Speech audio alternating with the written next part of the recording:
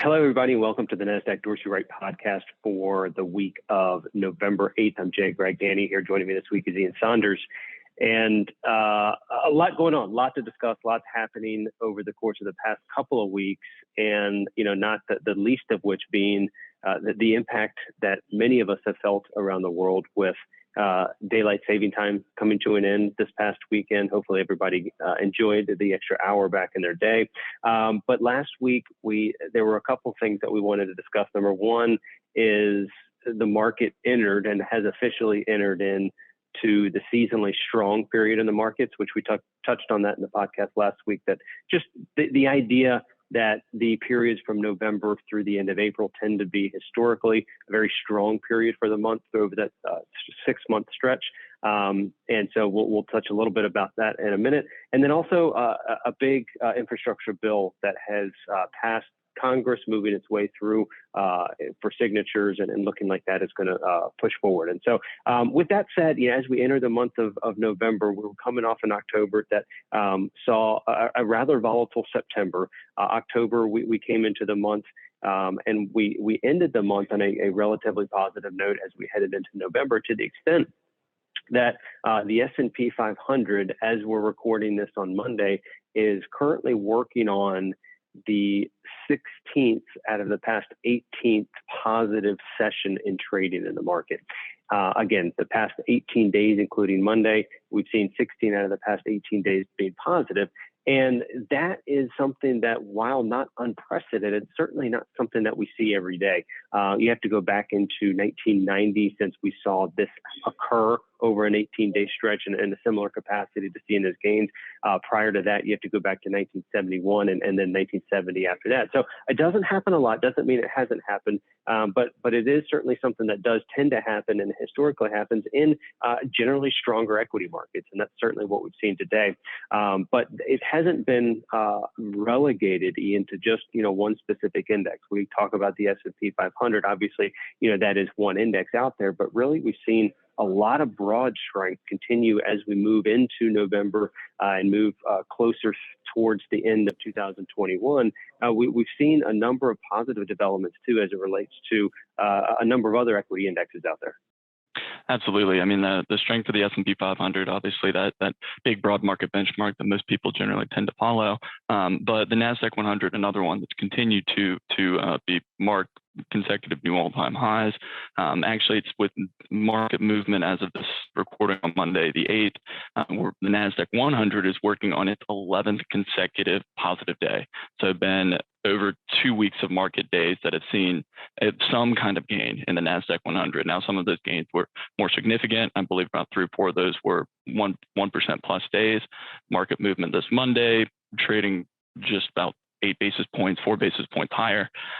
So see if it closes up, but at least through market data on Friday, at that point, we had 10 consecutive positive days for the Nasdaq 100, which we actually don't see occur all that often. That was only the 15th time that we got 10 consecutive days. If we close positive today, will be the 12th time that we've seen at least 11 consecutive positive days going back to 1985. And while some of those days some of those points did occur, did see some more muted or some negative returns over the next week or month or 3 months, generally returns for most of those days do tend to be positive. It continues to increase the further out the time horizon you go. So over the next month, after those long stretches of positive days, looking at about 1.5% gain for the Nasdaq 100 on top of that. Move out to 3 months, a little over 3%.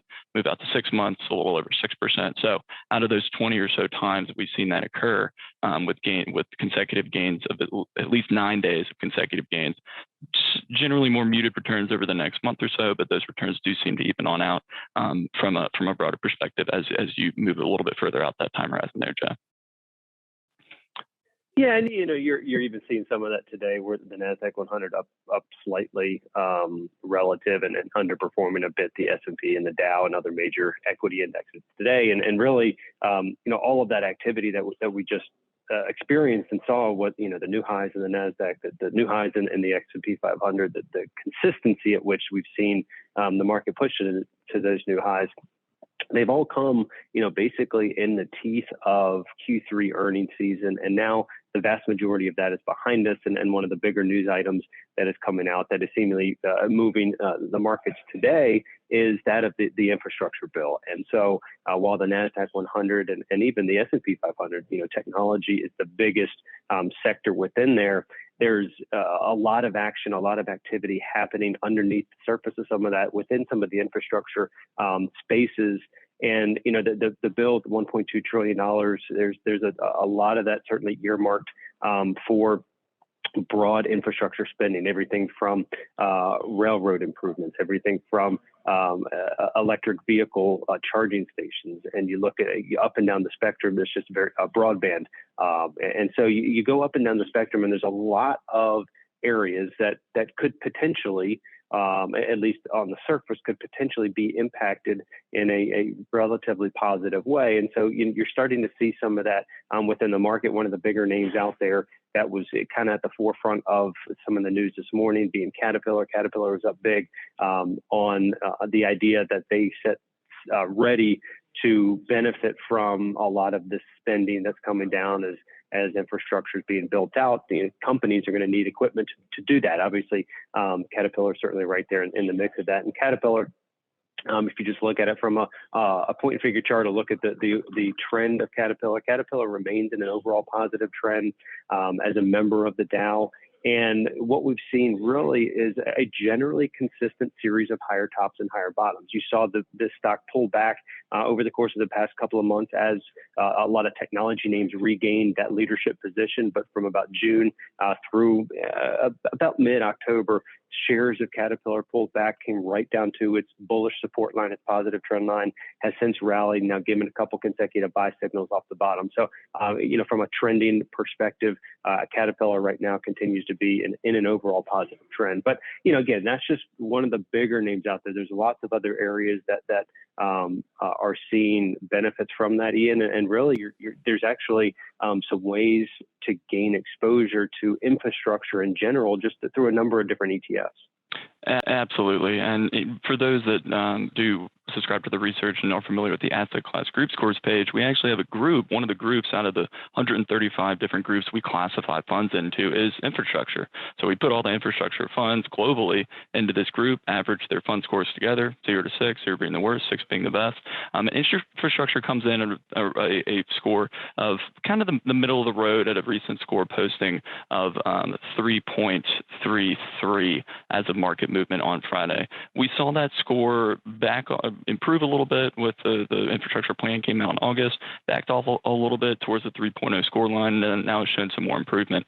Looking underneath the hood at some of those representatives though within the group, we see that a lot of that score, that underperformance, right, those weaker scores are the global infrastructure funds that are included in the group, whereas perhaps unsurprisingly, given some of the movement around the infrastructure space, the expectation of this bill going through, a lot of the U.S. related funds have certainly seen some more notable improvement, specifically looking at the iShares U.S. Infrastructure ETF, ticker IFRA.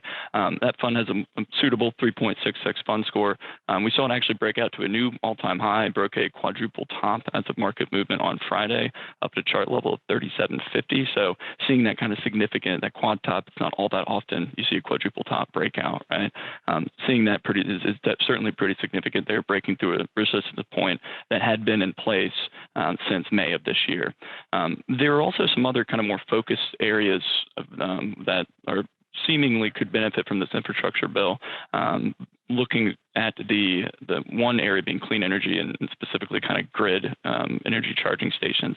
So an ETF representative you can look for that would be the First Trust Nasdaq Clean Edge Smart Grid Infrastructure Index Fund. Fund also hit a new all-time high last week, up at a chart level of 104, showing a little bit of gain this morning. Both of these areas are kind of moving toward overbought territory, so certainly an area to keep an eye out there for, see if we can maybe a potential area to kind of ease in if you're looking to move in there. But again, on a buy signal, strong 4.88 fund score, and certainly seeing that kind of further improvement over the past week or so with this bill going through there, Jay.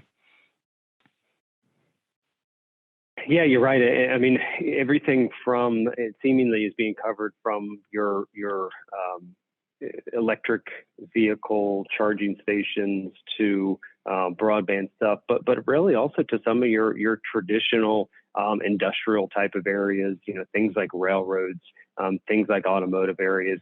You look at something like a transportation ETF, FTXR, which is again a First Trust transportation ETF. So it's going to own companies that are not only in the broader industrial transportation sector, like some of your railroads, but also own some automakers and some part suppliers within there. FTXR is one that again has moved just recently, hit a new high after pulling back, after consolidating a bit earlier this year, has a strong fund score as well. So, a number of different ways to play this infrastructure. One of the things that we'll always look to do is while there might be an investment theme or general thought that the general spending is going to find its way into the market, we want to consult the charts and make sure that the market is agreeing with that sentiment. And one of the things too that is interesting to look at, Ian, you mentioned IFRA is just a general infrastructure ETF.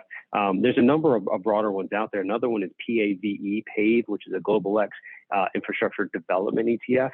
And that one, they both have pretty similar looking chart patterns, but they approach the industrial or the infrastructure space a little bit differently, where IFRA is going to be heavily weighted towards utilities companies, and with some energy in there. You look at something like PAVE, it's going to be more heavily weighted from a sector breakdown perspective towards the traditional industrial subsector. So just something to keep in mind and look out for. Again, like IFRA, PAVE, PAVE is a strong fund with a score of 5.7. Overall trend is positive there, but just something to look at as you're considering ways to take advantage and gain exposure to a number of these different infrastructure places. There's ways to do it through individual stocks, certainly targeted themes within there, whether it be electric vehicle charging, whether it be grid, something along those lines, or broader infrastructure, different ways to approach it from there. But certainly lots to look out for, and we'll know more in the coming days and coming weeks and coming months, seemingly as some of this money gets put into movement to see where some of that traction is headed. But Ian, with that said, appreciate you joining us this week. Thank you all for taking time to join us for this podcast. If there's anything we can do to help you in your business, please don't hesitate to reach out, and look forward to talking to you soon. Thank you.